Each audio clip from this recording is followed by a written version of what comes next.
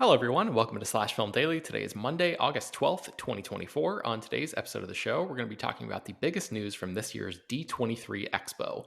My name is Ben Pearson. I am an editor at slashfilm.com, and I'm joined on today's episode by Slash Film editor Jacob Hall. Hello, hello. All right, Jacob, you just got back from a whirlwind trip to Anaheim, California. You were there in person covering the D23 Expo. There's a big Friday night panel presentation from Disney showing off all sorts of stuff. I've linked to all of the footage, recaps and reactions and news articles and stuff like that that we have published at Slash Film in the show notes for this episode. So if anybody wants to do a true deep dive into all of the details. We don't have time to get into all of that today, but I want to make that as easy as possible for people to track down. So before we get into some of the favorite things that you saw, Jacob, and most interesting things that you saw, what was it like being there? This is your first big work trip in a little while and first time at D23 in a bit. So what was the vibe like? Yeah, I haven't been to Anaheim since 1991 when I was 3 years old. Uh, I've talked before in this podcast about being a big Disney guy and a big theme park guy, but I was always a Disney World kid growing up. Every 4 to 5 years, my family would take a trip to Florida. So it was really, really cool to get to Anaheim. And, Friday was a work day. Spent all that day, making sure stuff on slashfilm.com was taken care of and attending the panel and working with the team to coverage up. Then Saturday, I stayed bit longer on my own dime. Went to Disneyland for the first time since 3 years old, and just wow, what a great time! What a great park. I know people always say that Disneyland hits differently than Disney World, and it really does. I had such a good time. I don't know how much you or anybody else listening to this wants to hear about my Disneyland trip, but I will say that um, if you are planning a Disneyland trip during the day during D23, when people are attending the convention, crowds at Disneyland were really low. It's only during the evening that I started picking up and people started leaving the convention. So keep that in mind if you're ever planning a trip. Okay, so yeah, what I actually would love to do is talk about some D23 stuff, and then in the back half of the show, I'll just open the floor to you to give me all of your Disneyland reactions, because like you said, it's the first time that you've been to that park. So or did you go when you were a really little kid, or? I was 3 years old, so it was before California Adventure, before Star Wars was there. Even before the Indiana Jones ride was here. That was 95. Wow. So I have these important, inside out esque core memories of Disneyland when I was that young. So it was special to go back and try to realign those memories with my adult self. Mhm. Awesome. Okay, so let's get into some of the biggest news that came out of D23. Personally, Jacob, I was interested in Andor season 2, the title for Avatar 3, which was revealed as Avatar Fire and Ash, and some of the details that came out about Toy Story 5, which is obviously a new Pixar movie that's coming out, I think 2026. But there was so much news, just a true onslaught of stuff. I And felt bad for you, Ben, because the schedule said 2 hours. So all the East Coasters who agreed to help out were like, "Yeah, we'll be out of here by 11 p.m." And that thing ran over 3 hours. It was outrageous. I mean, that was a big topic of conversation amongst the press in the transport afterward, heading back to the hotel.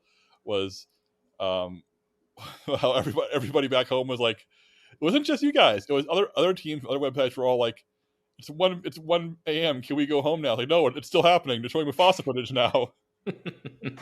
Okay, so I think the best way to approach this, Jacob, is maybe you can give me the sense of what it was like in the room, and then you can just run through, yeah, maybe the top 5 things that you saw. Yeah, I mean, say what you want about Disney, but they put on a really good show. They This year, the massive panels, the ones that they want, where they're having all the exclusive footage. Like for Friday night, it was all the movies and TV stuff, and for Saturday night, that's where they held their big theme park news panel. They did it at the Honda Center, which is the hockey rink in Anaheim, and they didn't fill every seat in the arena, but it looked like they came pretty close. It was a jam packed in a way that makes a Comic Con Hall H look kind of small in comparison. I mean, if Disney's plan was shock and awe, they did A plus. It was a really well done presentation, technically flawless. Sound and projection was incredible.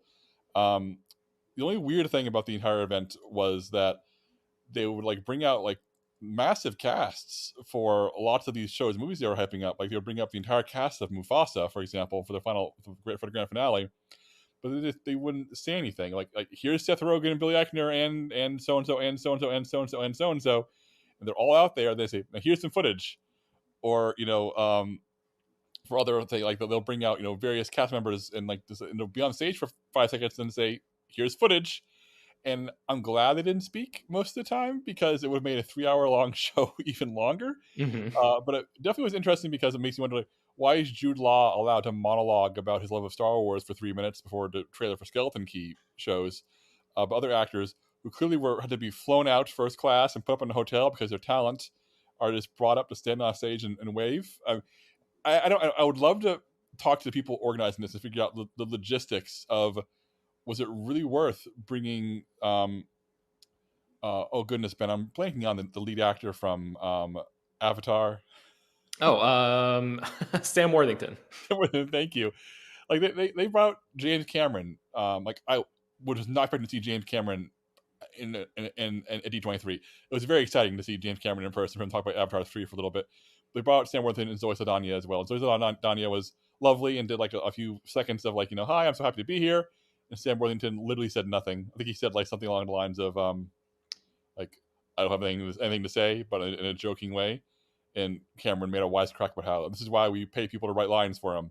But I'm just wondering, you had to fly Sam Worthington out here, or assuming he was in shooting overseas for Avatar, instead of in Los Angeles, where it could be, by the way, you're booking a nice car, you're arranging a plane ticket, and you're putting up in a hotel presumably. Like, who has to say yes or no in the Disney accounting department to make this sort of a walk-on okay? So anyway, that's my rambling about this event, because it really was a really well done show. With some really baffling little moments like that, where I'm wondering, was that worth it? Was it worth that money? Anyway, all that said, can I briefly talk about the things I did not like? Yeah. Oh yeah, definitely.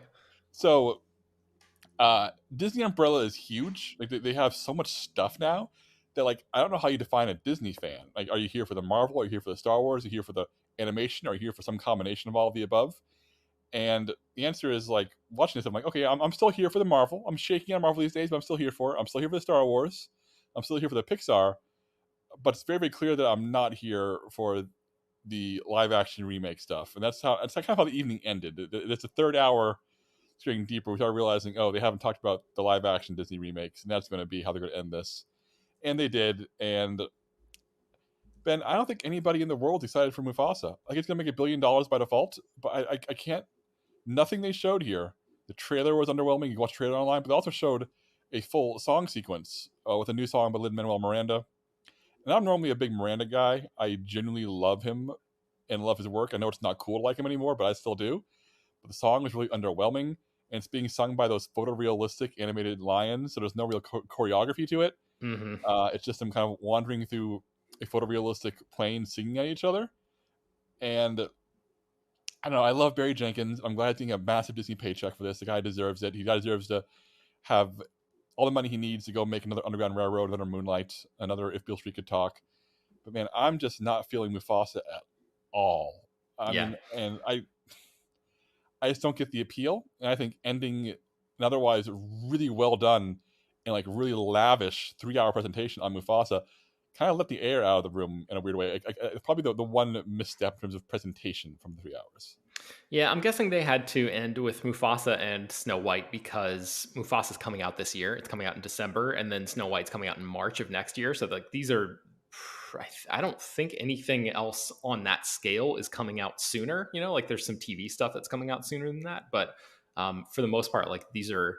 I think they were trying to end on a note of excitement to get people psyched about these projects that are coming up like very, very soon. And it sounds like they mostly kind of fell flat a little bit. But yeah, certainly for us, like it's so unnerving maybe to see a filmmaker of Barry Jenkins' quality and stature be sucked into this Disney machine where even the end product, I mean, I don't know, we haven't seen the final movie yet, but just like everything I've seen from the movie, including the new footage that they unveiled to the public, is just like really visually horrific to look at. Like, and it's the same problem as the John Favreau Lion King movie, where it's just it removes all of the life from the animated stuff and just turns it into this photorealistic blah. It's just it's very disheartening to see somebody who I respect and admire as much as Barry Jenkins be pulled into that. But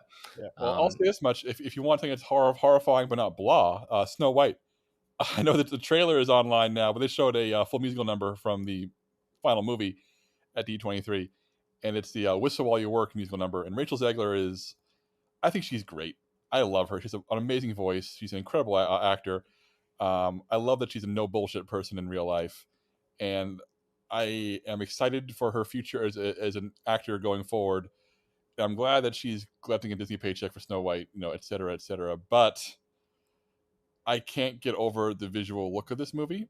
And I know that when they first announced this film, um, little person actors were very outraged about the idea of this movie being made, about perpetuating stereotypes.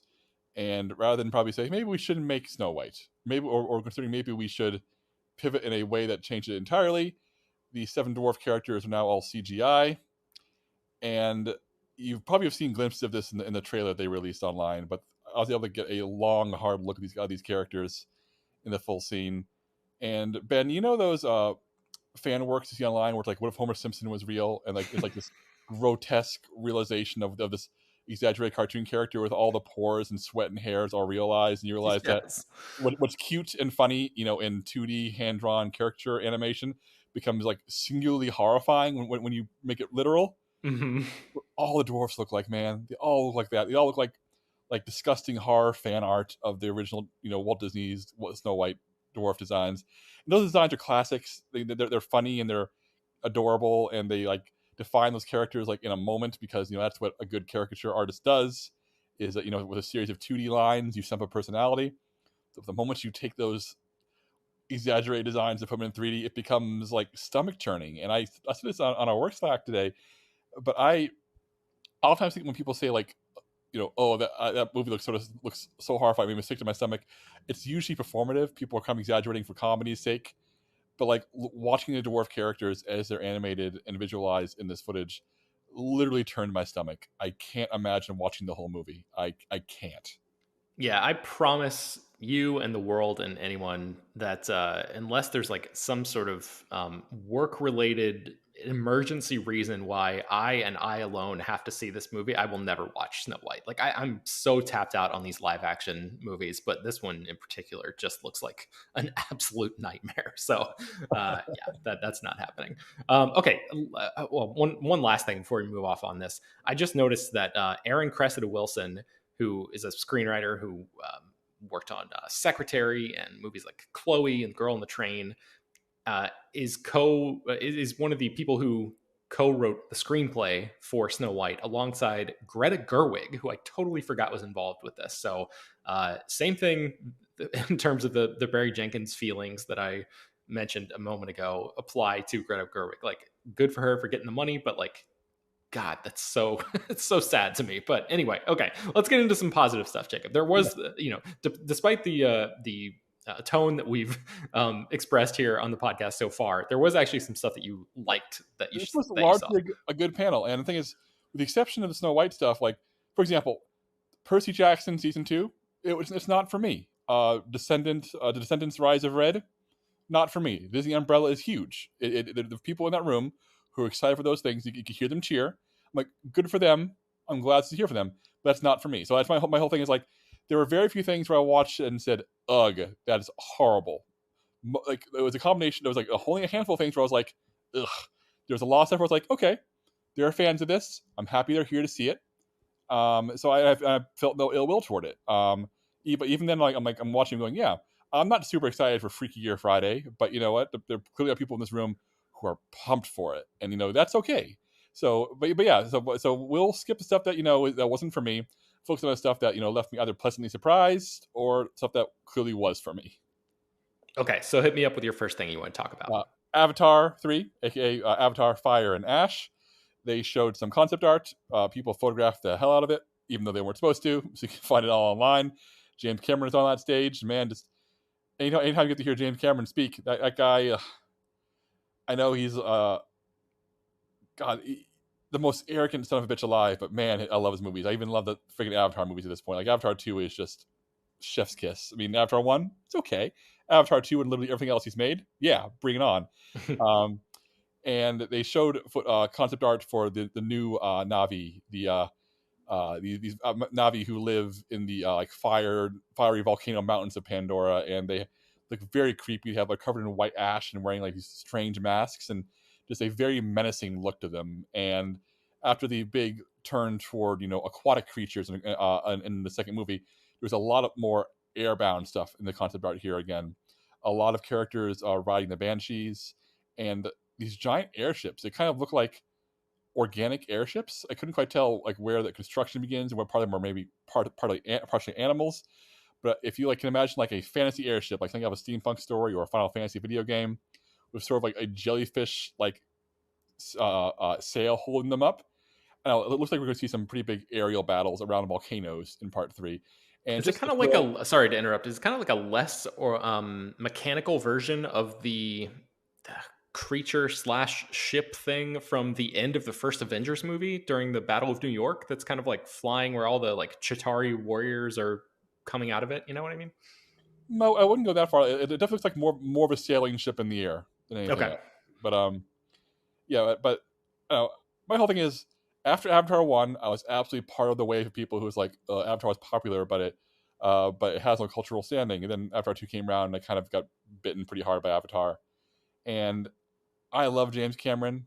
I say let him run wild.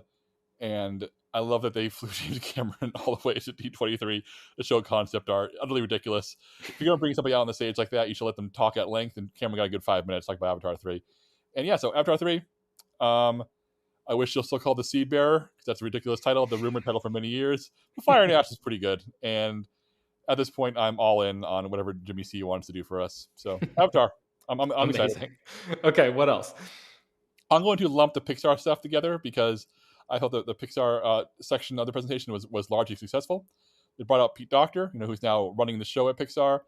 And I think a few years ago on this show, around the time Soul came out, and that was his last directorial debut before his last directorial effort before he, took up the reins of running the whole studio. I said that, Monsters Inc., Up, the first Inside Out, and Soul, that's the kind of track record that if we apply it to any live action director, would like put him in the conversation for one of the greatest living filmmakers of all time. Mm-hmm. And so I feel very strong about Pete Docter as a creative force. And the fact that he's running Pixar now is very exciting to me.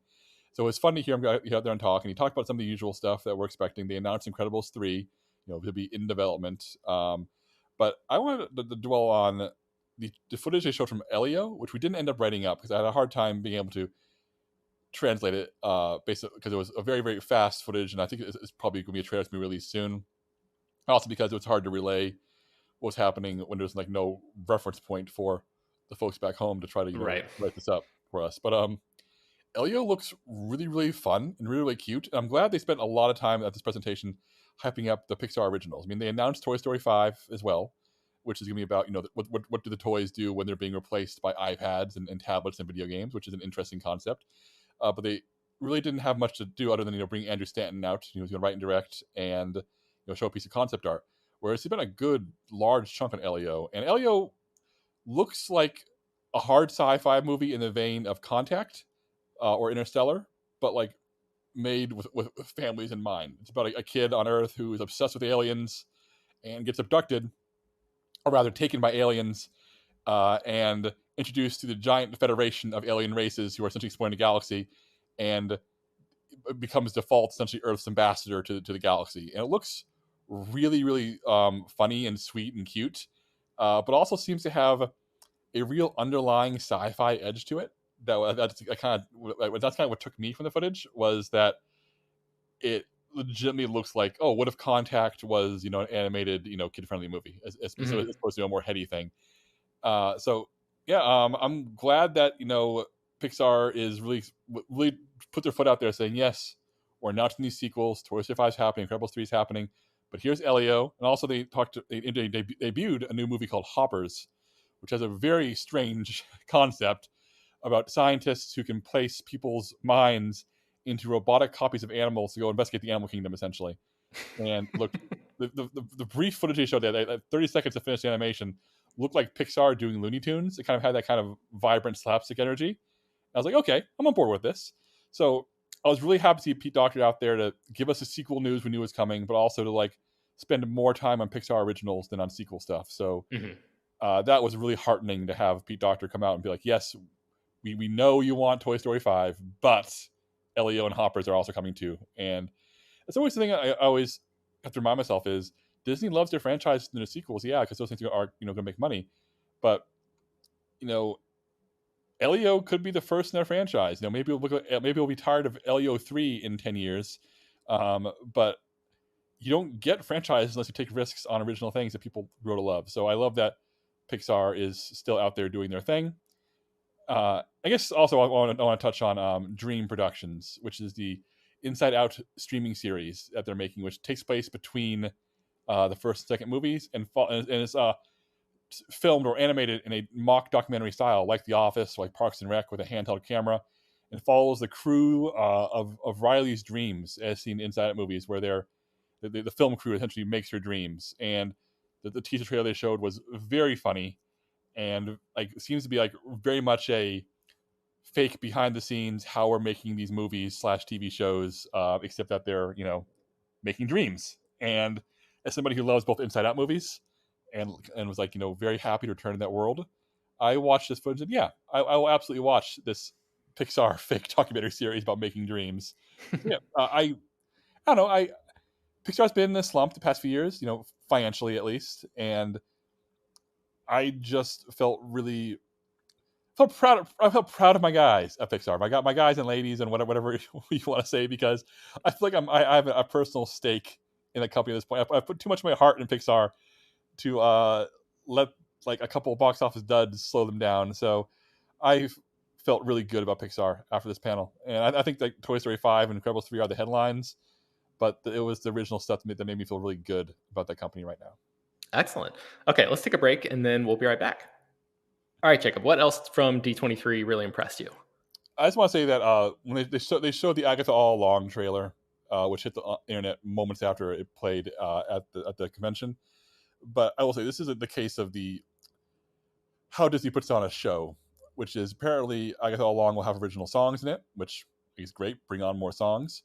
And one of the songs reminded me very much of oh goodness, I don't know, as if 80s PG horror had a soundtrack.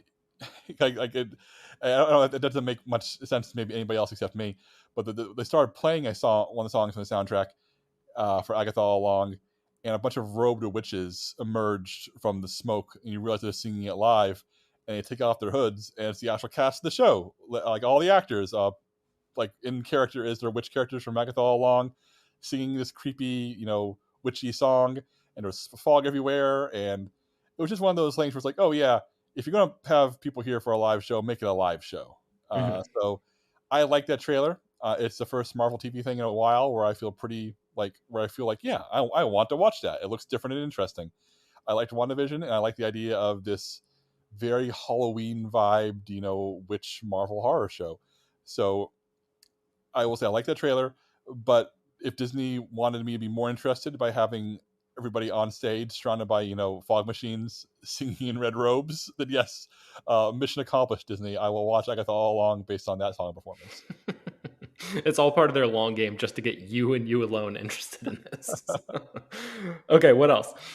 I want to talk about the Star Wars block, because this is another case where you and I have discussed Mandalorian before on this show, Ben. Neither you or I are big Mandalorian fans, and I'm at peace with that, really. My whole thing was, I watched it, and I know it's massively popular, and people love Mandalorian, love Grogu, but I'm not up there on that show. I've watched a little bit of seasons 2 and 3 for work, but never finished all of it. And my initial reaction was, this Star Wars is not for me. My young niece, it's her first Star Wars, and she loves it. She loves Grogu. She loves Ahsoka. She loves all those newer characters.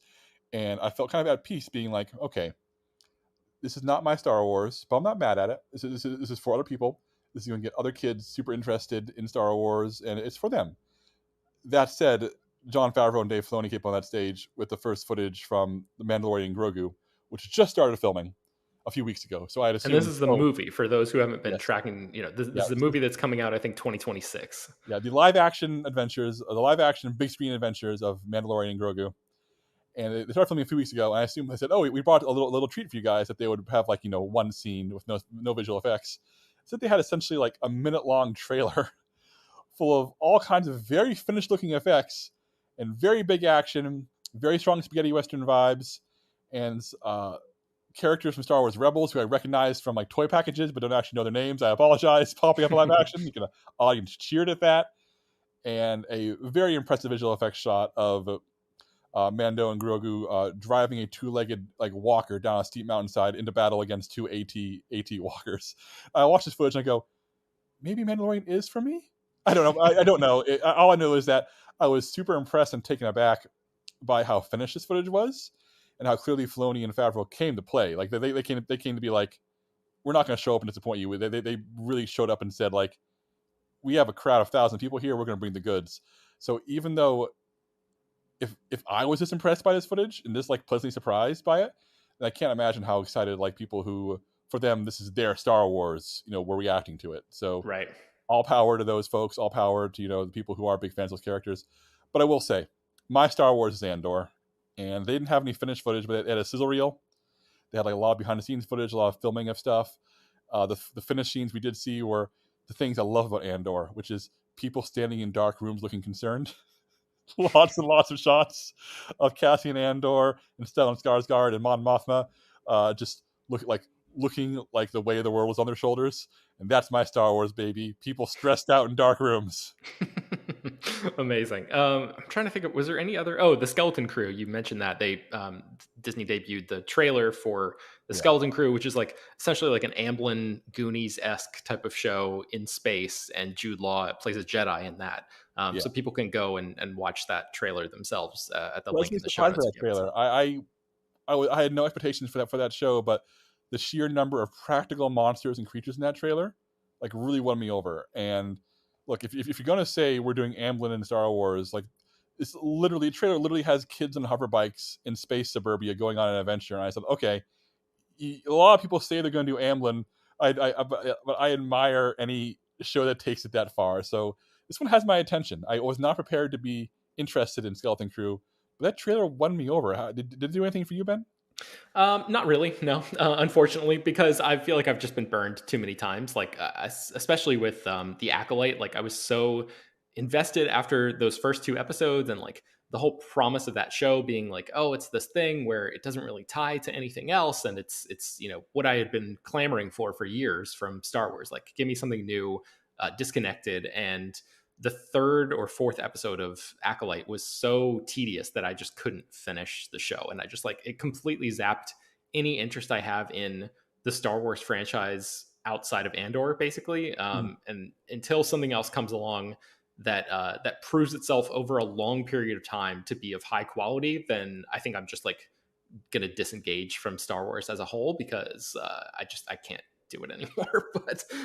But I understand that people, you've got John Watts, you've got like the Daniels directed some episodes of this show, who did Everything Everywhere All at Once. You've got like a lot of high quality people behind the camera, but I feel like the same could be said for Acolyte, and that just didn't really pan out for me personally. So there's a lot of potential promise there for folks who are willing to engage more with Star Wars than I am these days. Yeah, I would love to love Star Wars again. For me, my whole thing is, I think the Star Wars fandom is experiencing the culture shock that I think Star Trek fans are used to, which is that Star Trek fans are used to there being so much Star Trek, and a large percentage of Star Trek being bad Star Trek. That's just how it always has been for Star Trek. You love the stuff that's good, and you deal with stuff that's bad. And Star Wars used to be so much smaller, a movie every couple of years, if that.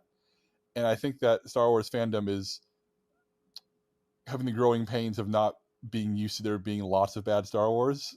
So I do think that in 20 years, Star Wars fandom will be very much settled into the same groove as Star Trek, which is, oh yeah, I love this one, that one sucks, and Yeah. kind of be on the level about it. Whereas I think that's part of the big reason why things have been so loud these past few years is that Star Wars fans haven't learned to chill out like Star Trek fans have. Yeah. Yeah. The growing pains for sure. Okay. So what else did you want to talk about here before we get All right, into your Disneyland adventure? yeah. The last thing, the most pleasant surprise of the night, the thing I was still thinking of and kept on writing about, like with the crew, the footage from Tron Ares. I just want to say I don't like the original Tron. It's really beautiful and interesting to look at. I love the aesthetic. I love how it looks. I love how it sounds. But the movie's really boring. And there's Tron Legacy, which I love. Once again, I love the aesthetic. It's a beautiful to look at. That Daft Punk soundtrack is incredible. Put it on just a soundtrack and like put it on the biggest, loudest screen possible. And oh man, that movie's fun to look at. But that story is nonsense and it's really boring if you actually engage it. Hmm. So I'm not a Tron guy. As much as I love how it looks and sounds, I am straight up not a Tron fan. But they said that they have Tron Ares footage, and I was like, okay, yeah, well, more Tron. And Ben, the Tron Ares footage really won me over. I am really excited for what Tron Ares appears to be. The Can you plot, give like a brief recap of the footage that you saw? the footage was very much. They talked about the plot first before they played the footage. The plot of the movie is that Ares, the main character played by, or I guess a main antagonist played by Jared Leto, who I don't like, by the way. So I'm even more mad that I like this footage because Jared Leto is the focus of it.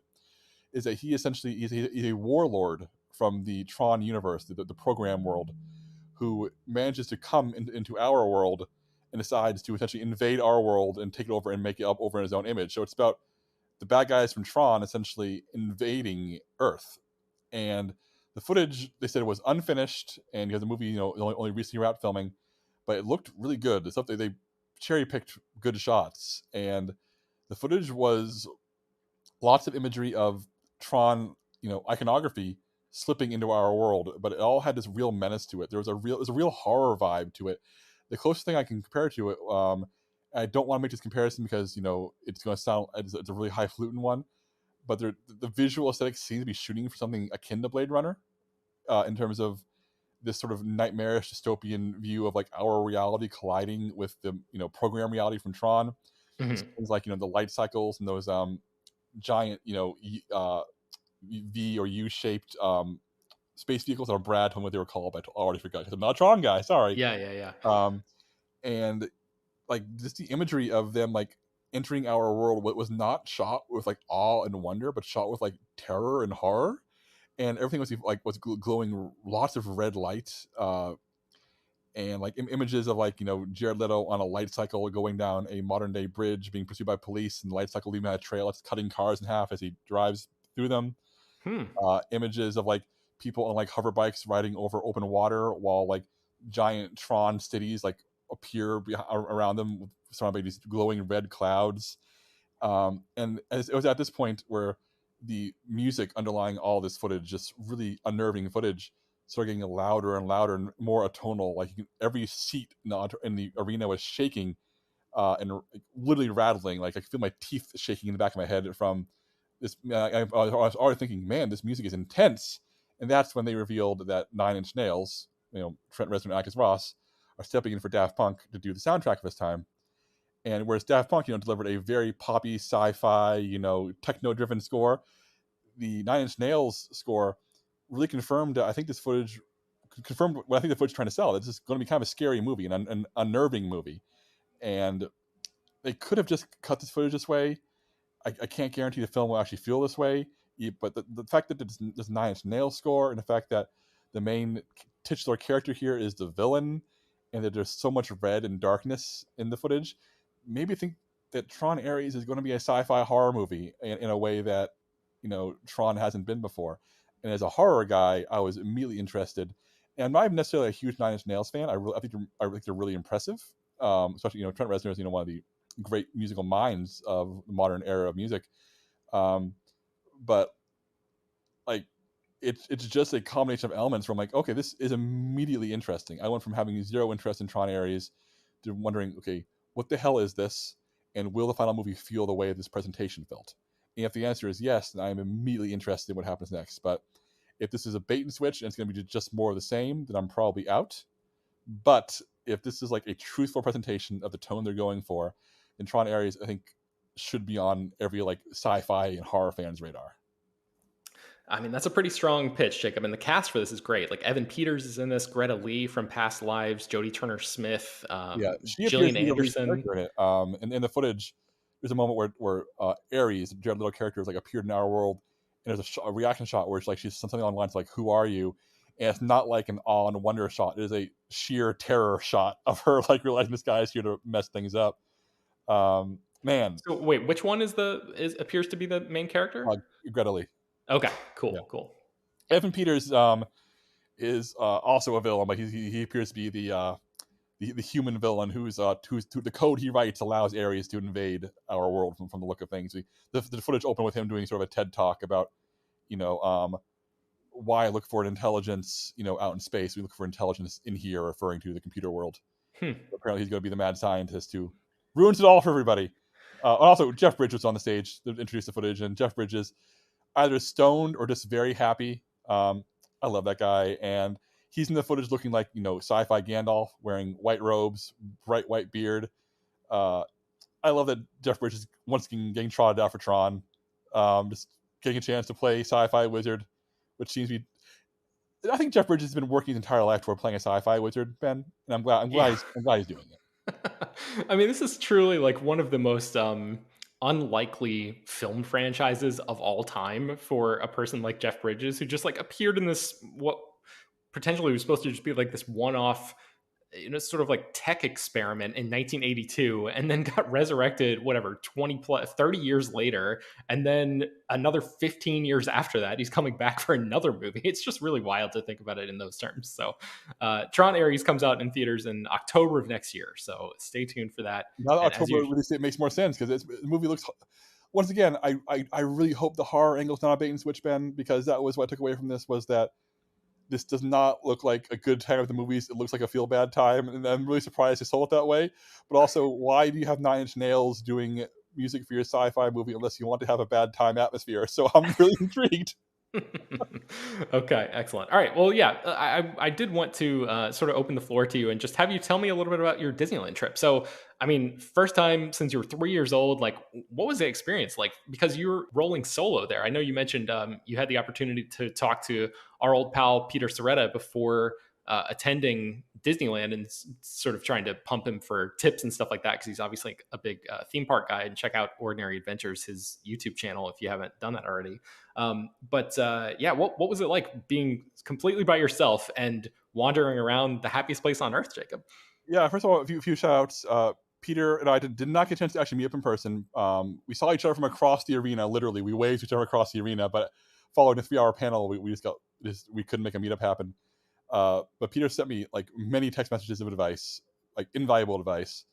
And friend of the podcast, friend of the site, and former Slashman contributor, Nate Pester, who works at Disneyland, also proved invaluable in helping me set up my day.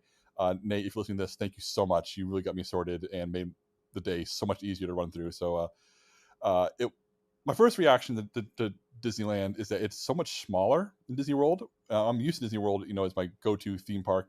Growing up, every few years my family went. So I'm not getting around Disneyland was so much more different because of how close everything is. But I think that Disneyland is more architecturally cared for. It's a more beautiful park. The aesthetics feel like they're more carefully maintained, and it just hit differently. It felt smaller, more intimate. Everybody felt friendlier. And it could be a California versus Florida thing. I just don't know. But Ben, is California friendlier than Florida? You live both places. Yeah, that's interesting. It's so hard to say because both of those locations are so like touristy that it's maybe. Hmm. I guess I understand where that argument is coming from, because Orlando is like incredibly touristy, and Anaheim is like a little bit more. There's a large population of locals that go to Disneyland all the time, and I'm sure the same is true for Disney World. Like my sister is a big Disney World person and goes all the time with her husband, but you probably get lost more in the shuffle there because it's so much bigger, like you said. So the fact that whatever the percentage of locals that is wandering around Disneyland at any given time is probably higher. this is just based on vibes alone. I don't have actual numbers to back this up. Is probably higher at Disneyland than it is at Disney World. Probably means that yeah, like those the people that you run into there are going to be maybe friendlier and like not just the harried tourists who are pulling their hair out trying to maximize every single moment of their day. You know. Yeah, well, I will say that Disneyland. I just had a great time. I don't want to like just ramble about Disneyland for too long because I feel like we've done that before, especially when Peter used to be on the show all the time. But I will say the things that were special to me is that the Indiana Jones ride. It's been there since 1995. You know, massively popular to this day still. But I've never been on it since it's a Disneyland only ride. It's not at World, and that may be my favorite theme park ride of all time. Ben, have you ever been on that? I have. I love it so much, especially the queue area, the line area. Like, there's something about obviously Disney goes all out in terms of the theming and all of that stuff in any theme park attraction, but that one in particular, there's just something that makes me feel like a kid, and it makes me feel like I could actually grab a whip and like climb up off of the what is probably like elaborate styrofoam or something and like jump and swing off using a whip or whatever, and just like it feels like actual adventure is around every corner is the best way I can put it. But I love that ride. Yeah, there's I rode that. Indiana Jones is one of the rides I rode multiple times. I rode Parts of the Caribbean a few times. I rode Big Thunder Mountain Railroad a few times. I wrote Indiana Jones a few times because those are the ones that were really special and important to me. And I will say that there was a kid behind me in line at Indiana Jones Adventure, and he must have been 8 years old. He's wearing an Indiana Jones hat. He's wearing a white button-up shirt. He's even wearing a satchel like Indiana Jones like would wear on an adventure in the movies. And he was like in character with Indiana Jones. He was taking every part of the line completely seriously, like in character, trying to navigate traps. And I just realized that I don't have kids, but the source of joy I got from listening to this kid enjoy himself was that, oh, Indiana Jones matters to this 8-year-old. It's not just us guys in our mid to late 30s and early 40s now who are like still interested in Indiana Jones. There are kids out there who are just as into the character as I was at his age. And that was so exciting because I was fully prepared for Indiana Jones to be the kind of thing that kind of aged gracefully into a classic that that people don't talk about anymore in the next 20 years just because of just the nature of Indiana Jones not being a massive franchise like Star Wars, or anything, or like Pixar stuff. uh I don't know, it warmed my ice cold heart, Ben, that there is an 8-year-old kid who loves Indiana Jones that much. To cool your heart back down a little bit, Jacob, Dial of Destiny did not perform up to standards, so I think you're probably not too far off about Indiana Jones becoming this sort of waning franchise that holds a very different place in pop culture. But I'm glad that that one 8-year-old kid is still sort of holding it down out there. You So. see, that's what makes me interested is that in just the same weekend, Disney announced that a new Indiana Jones ride coming to Disney World or in the next few years. So clearly, Indiana Jones movies aren't happening anymore. But Indiana Jones the iconography is still being embraced by Disney. So I think that those movies are going to be hopefully finding new audiences for years and years to come, and that makes me happy. Yeah, that would be awesome. Yeah, Okay. I guess I'll also obligatory. Yes, I went to Star Wars Land, aka Star Wars Galaxy's Edge. Oh It yeah, was how was that? it's as impressive as people say it is. I went twice. I went there first in the morning, then back at night. Nighttime is really incredible because they deliberately don't overlight it. It's very atmospheric. All the language is in Auberish. It's a fake Star Wars language, so you kind of have to. You're encouraged to really explore, and like the attention to detail, like going up to a food service stand and asking for a fountain Coke and looking over the counter and seeing that even the soda machine labels are all written in Arborish. So like the Coke is, doesn't say Coca-Cola or familiar label. It's all written. You can recognize Mhm. it's Coke. It's still the Coke logo, just in different language. But it's like one of those things where you realize, oh yeah, this really feels like I'm in an alien place, and I could get lost in here. And you can find YouTube videos and photos showcasing all that stuff, and it really is. It's a really impressive achievement. I wish I had more time to just luxuriate in that world because it really was fun, and it is fun to be wandering around and suddenly stormtroopers walk by, with Kylo Ren. They're looking for resistance fighters, and it's just a well realized, well done thing. They did a good job on it. People talk about how good it is for a while now, and yes, I agree. It's all very very good. And the marquee attraction, Rise of the Resistance. Indiana Jones is my favorite ride at Disneyland, but Rise of the Resistance is the most impressive thing there. It is the level of technology being used to bring that ride to life is pretty staggering. And it definitely sets a bar for what a theme park attraction can be and what it could do.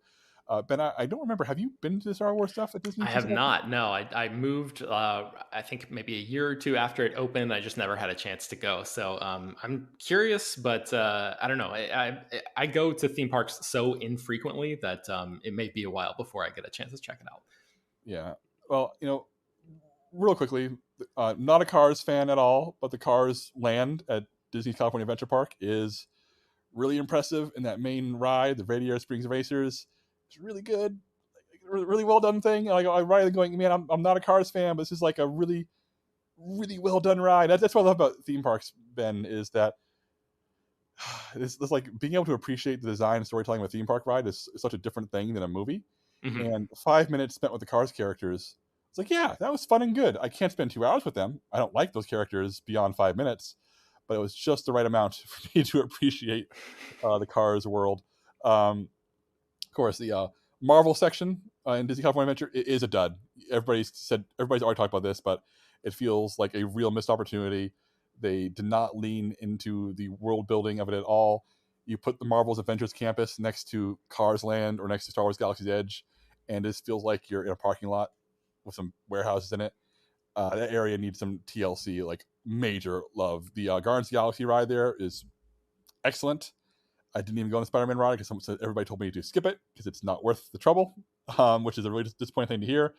I know they announced a brand new, like utterly massive Avengers ride coming there just this weekend. So hopefully that brings the area back up to snuff. But they really need to fix Avengers Campus because, oh boy, it is unfair to Marvel fans that, 10 minutes away they can walk through a Star Wars area built with such love and detail, whereas Marvel, one of the greatest universes, full of characters and iconography out there, feels so slapdash. Yeah. It needs help. Yeah, So they announced that Robert Downey Jr. is coming back to play Iron Man in some of the rides that they announced too. So that seems to be Disney throwing more money at it and trying to at least announce and signal to the world that hey, we know that this is probably not living up to what everybody expects, and we're going to try to put some resources into it to change that. So before we go, Jacob, one more question for you. I know you're a guy who you're very into all of the theme park stuff. You pay attention to the websites and you watch a lot of YouTube videos about theme parks and stuff. I was just curious if there was any particular aspect of Disneyland that you had seen in a YouTube video somewhere or something, or that you had read about that struck you differently being there in person than the way that you thought it might when you saw it on video. at, at Disney World, once again, my home park, for lack of a better term, is the one I went to the most. If you were going to meet a character, I'm not necessarily a character guy. Like I'm not one of the adults who stands in line and get pictures with characters. I think that's something I love that they're there. I love that they're there, especially for families and kids. Meet those characters, but I've aged out of enjoying the process of meeting characters because it always at Disney World always involved standing in a line, in a queue for however long to get a picture with Mickey Mouse. And to me, that's time better spent, finding a good meal or riding a great ride or whatnot. But Disneyland, even though it does have lines for certain characters, the thing I've always been told about, and I've seen videos, is that you'll be walking around and suddenly, oh, there's Mary Poppins, oh, or there's the Stormtrooper, oh, there's the genie from Aladdin, and they're just walking around, usually with a handler to make sure they're not accosted.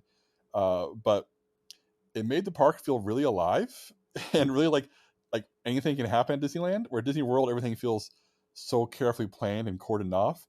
At Disneyland, I'm just like standing there checking my map, figure out where to go next, and there's Mary Poppins and Bert, and they're walking by me, and because they're played by actual actors and they're just wandering around interacting with people, they waved, and I waved back and smiled because what am I going to do? Not wave Mary Poppins when she waved at me?